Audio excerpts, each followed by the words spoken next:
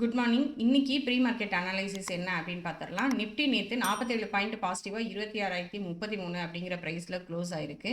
Gift Nifty இப்போ வரைக்கும் ஒரு 3 பாயிண்ட் நெகட்டிவாக காட்டிட்டு இருக்கு. அது நம்ம மார்க்கெட்டில் ஒரு ஃப்ளாட் ஓப்பனிங் வர்றதுக்கு தான் வாய்ப்பு இருக்கு.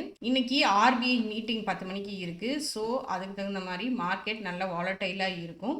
26,100 அப்படிங்கிறத கிராஸ் ஆகும்போது மார்க்கெட் வந்து ஒரு நல்ல புல்லிஷில் இருக்கும். 26,250 அப்படிங்கிறது ரெசிஸ்டன்ஸாக இருக்கும்.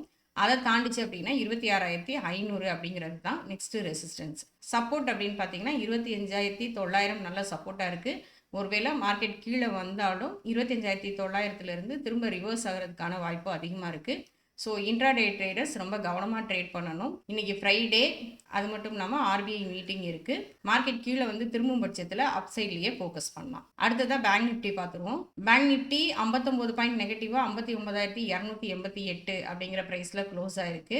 பேங்க் நிஃப்டியும் ஆர்பிஐ மீட்டிங்கு பிறகு நல்ல ரியாக்ட் ஆகும் அப்படின்னு எதிர்பார்க்கப்படுது. ரெசிஸ்டன்ஸ் அப்படின்னு பார்த்தீங்கன்னா 59,800 இருக்குது. அதை உடைக்கும் பட்சத்தில் 60,000 தான் நெக்ஸ்ட் ரெசிஸ்டன்ஸாக இருக்குது. சப்போர்ட் அப்படின்னு பார்த்தீங்கன்னா 58,926 இருக்கு. மார்க்கெட் ஒருவேளை கீழே வந்து திரும்புது அப்படின்னா அப்சைட்லேயே ஃபோக்கஸ் பண்ணுங்க பேங்க் நிஃப்டிலையும். அடுத்ததான் இன்ஸ்டிடியூஷனோட ஆக்டிவிட்டி எப்படி இருக்கு அப்படின்றத பார்த்துருவோம். எஃப்ஐஎஸ் நேற்று 1,900 கோடிக்கு செல் பண்ணியிருக்காங்க.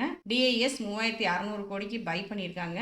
இன்னைக்கு இன்ஸ்டிடியூஷனோட ஆக்டிவிட்டி மார்க்கெட்டில் எப்படி இருக்க போகுது அப்படிங்கிறத பார்க்கலாம். தேங்க்யூ.